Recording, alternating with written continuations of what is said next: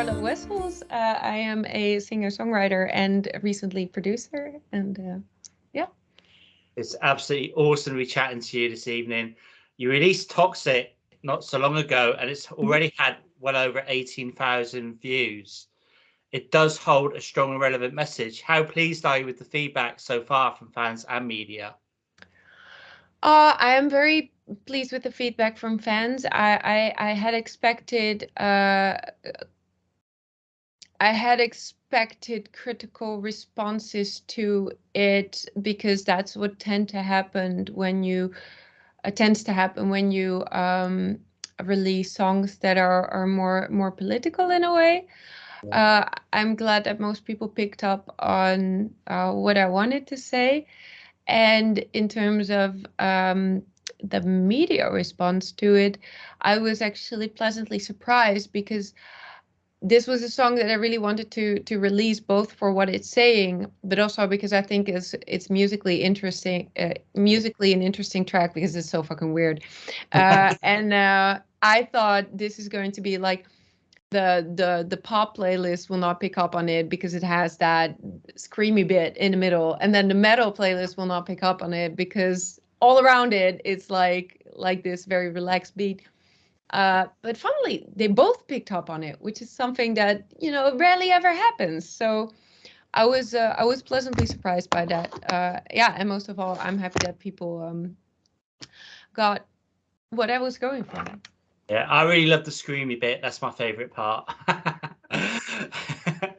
Okay, so we do live in an unsettling world, and it's really pretty fucked up, to be honest, isn't it? I mean, how important is it for you to be able to use your platform to speak and sing about the current issues in the world? It's something that comes quite naturally to me.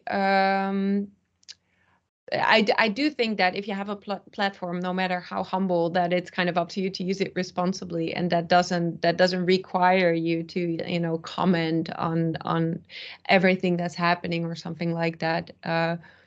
But for me, a part of that is also that if there is issues that weigh heavy on you and that affect a lot of people, like these things do, that it's good to speak up about it. Absolutely brilliant. And going on to the video for Af Keegan, have I said that right? You did. It's fantastic. Where did you get the ideas and inspiration from, and can we expect something similar in the future? So when I wrote the song Afkikken, I had this idea, like usually the songs are either quite personal or really grounded in like today's society, but this was really one where it was just a story, like a piece of fiction that I thought would be cool to shape into a song. And so the song, the protagonist in the song basically speaks about how she killed someone that she loved, and she would do it again, and it was the right thing to do. So probably the proper response to that is like, oh, this person's crazy, or probably it wasn't the best thing to do. And what I wanted to do with the video ever since I wrote the song basically is I wanted to tell her side of the story, where you find out that no, this person isn't in fact crazy. This was in fact better than the alternative. So I've been walking around with this idea of making a video that featured a mercy kill. Right. For a very long time, and that kind of developed into, okay, I wanted to have these horror vibes. I want monsters. I need monsters. And yeah, and at one point when the idea became kind of like concrete in my head, I contacted Video Inc. Because I worked with them before, and I thought that the director would go crazy over the idea, and he did. And then we planned the whole thing, and they had the whole team involved, and everyone did great. Visually, there's a few really like for the styling, for example, Suspiria, the recent remake, was one of the big visual influences. And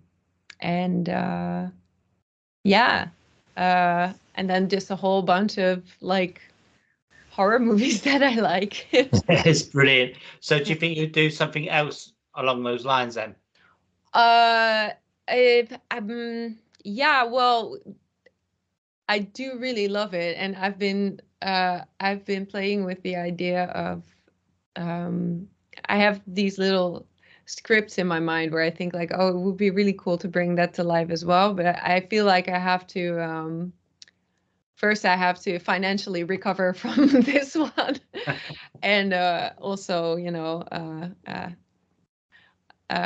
yeah, it was. It's kind of the kind of projects that really take time. Also, this one was in the works for a long time before it happened. So never say never. I did think it was really cool to do such a big production and to have so much more of a story involved in it. So brilliant. And also, I've seen you're going to be releasing Go to Sleep. You've released that to your Patreon fans, haven't you, so far? Yeah. I've listened to the album. It is a mixture. It's an eclectic mix. And no, it's not balls to the wall heavy metal. It's like pop, electro, and a bit of everything in there, isn't it? It's a good mixture. Are you getting excited waiting for it to get released then? Yeah, definitely. It's a bit strange because these like Go to Sleep, like I've been doing this every month where I've released a song to my Patreon, and then at the end of the first year of doing that, I thought I'm going to put a compilation online, and that was volume 1, and now I'm doing that again. And in a lot of way it is similar, because it's still kind of a representation of this moment of introspection where I'm just writing the songs here in my head. This is my basement. This is the home studio, the 6 Feet Under studio. Cool. So yeah, I am really excited about it, because even though the songs have been out there for a little while to a select public, it is still always it is scarier when it goes out into the big wide world, you know. So how important is Patreon for you as an artist? I mean, do you use it a lot?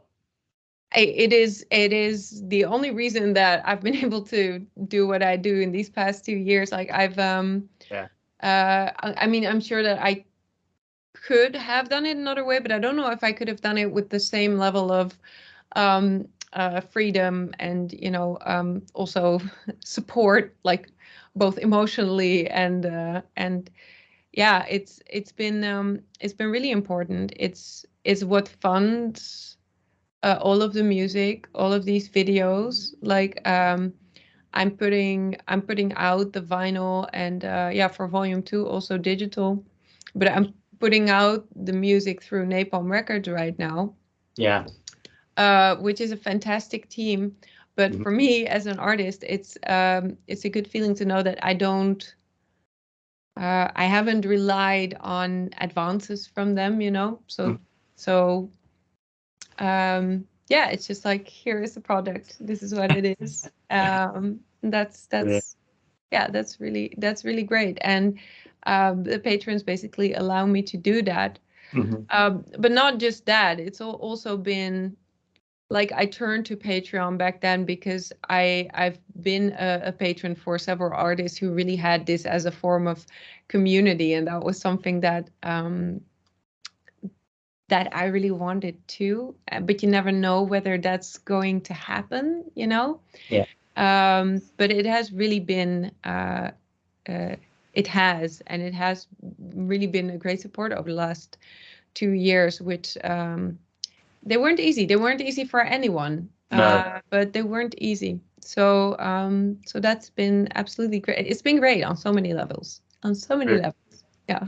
That's great to hear. And of course, the album artwork's absolutely stunning. Did you have a lot to do with that? Was that your design? Is that your... No, it is Maarten Donders. He's an illustrator that I've worked with for. He's done the artwork of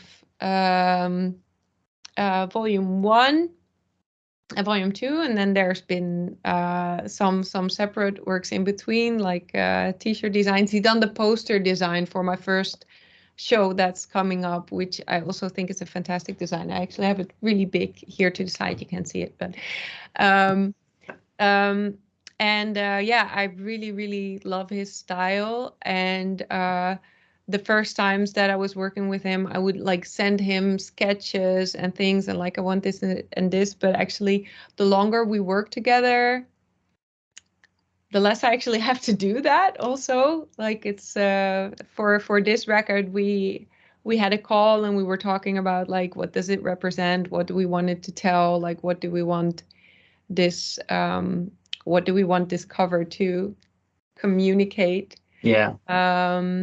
Yeah, and it's really great. It's been really great working with them. Really cool. It's really retro as well. And you sort of answered my question already, because my next question, because you've obviously got it framed, and yeah, it just looks amazing. Okay. So you are booked in for this show in Utrecht on the 23rd of October. Do you have plans to do any further dates and even get across the channel to the UK? Yes, I would like to do more dates. I would also love to get back to the UK. I have given myself the liberty to not plan like the first show. There's so much work involved with it, and I'm also still doing the song every month, and there is a lot of collaborations as well. At one point, it was kind of like is really a lot. So what I decided was I will do that show, and then I'm going to plan the other shows. Then I'm going to plan, for next year. Also, then I will have like a much better picture of what this show is going to be, what it's going to need on a productional level.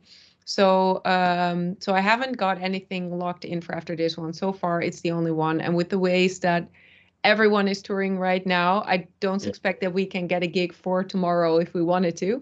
Yeah, everyone's playing catch up. Yeah, exactly. So it might be a while, which is also why I'm encouraging everyone to come to the show in Utrecht.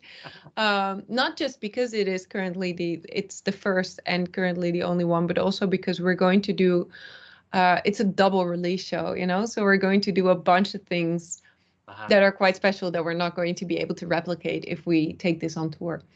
So, okay, that's great. So would it be hopefully doing a live stream of the show as well? No. Okay. It's the very, very first one. It's too much pressure, and it's also again, like production, that is another layer on top of things. We have never done this show before, so then to go right in and say this is going to be a live streamed event, no, that's too much for my nervous little heart to take. I know. And also, I got to sell the tickets to the actual gig, so. Yeah, you got to get people through the door. I'm with you. Yeah, but I know, I don't expect everyone to come over from all over the place. Of course, I know that is not physically possible. So we will try to, we will shoot some footage there, and we will have things to look at for people afterwards, but not a full live stream. Okay, that's fair enough. So do you have any idea of the actual set list, and would he be sort of delving into your past with Delain at all? No, not this show. I'm not saying that I'm never going to do that, because that work is very personal to me, and it's not like I'm going to never engage with that anymore. Like that would be, it's too big of a part of me to do that. But for this show, I mean, it's a double release show. I've got 2 full albums of new material, and then actually some other songs that are not on those albums that I do want to play. So there's going to be enough. I also feel like if you like, I kind of like the idea that I could do that at one point, when I feel like it. I feel like if you do it the very first show, that everyone's going to expect it from you always, maybe. And at this point, it's still, I know it's been a while, but it's also, I don't think that I would enjoy it at this point already. It's still, some You need days it bit of a still break, feels, yeah. So, yeah, I get you. but one day I'm sure. One day I'm sure. I'm sure you will. Yeah. Okay. Yeah. So if one of your songs could appear on a soundtrack or TV series, which ones would you choose? Huh.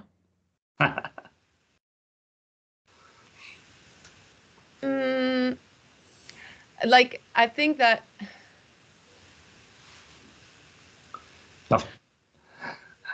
I mean, Soft Revolution is one of my favorite, but I don't think if I don't know if it's like a soundtracky song. Right.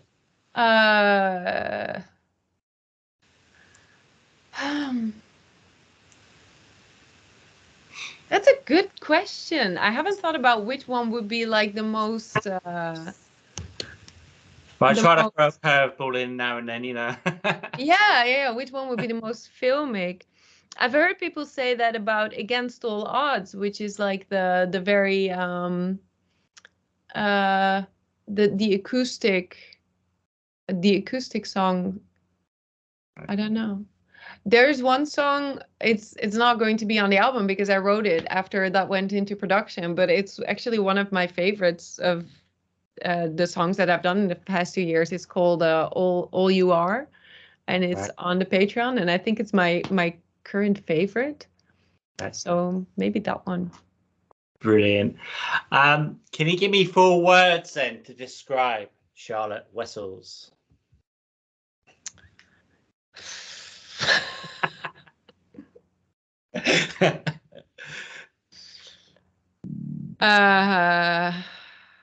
Oh my God.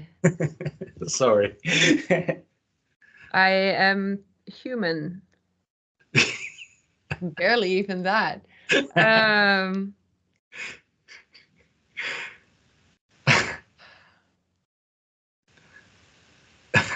Why is that such a hard question? It shouldn't be. I've got it right. Except I can't even speak now. Exceptionally talented female vocalist. There you go. Check in the post. Yeah. Yeah. Thank you. I yeah. Yeah. I'll take yours. Thank you, Charlotte. It's been great chatting to you. Do you have any final words for your fans, our viewers, and listeners?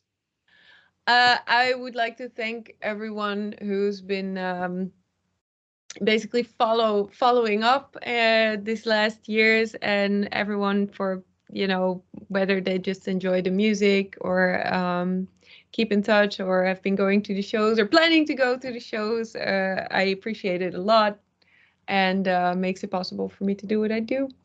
So yeah, I hope they enjoy Teals Volume 2. Yeah. Brilliant, Charlotte. Thank you so much. Have a lovely rest of the day. Everything remaining absolutely the same, and I'm sick of it. I'm so sick of it. Contamination in my body, in my brains, in my veins. Ain't it strange how the rapist walks free? All a woman fights for autonomy. We need no apology. We need a new policy. We need some humanity finally. Who's gonna be your new obsession? Gotta build them up to tear them down. Just wonder where you crave perfection. Is this infection? Is this infection? Toxic. Toxic.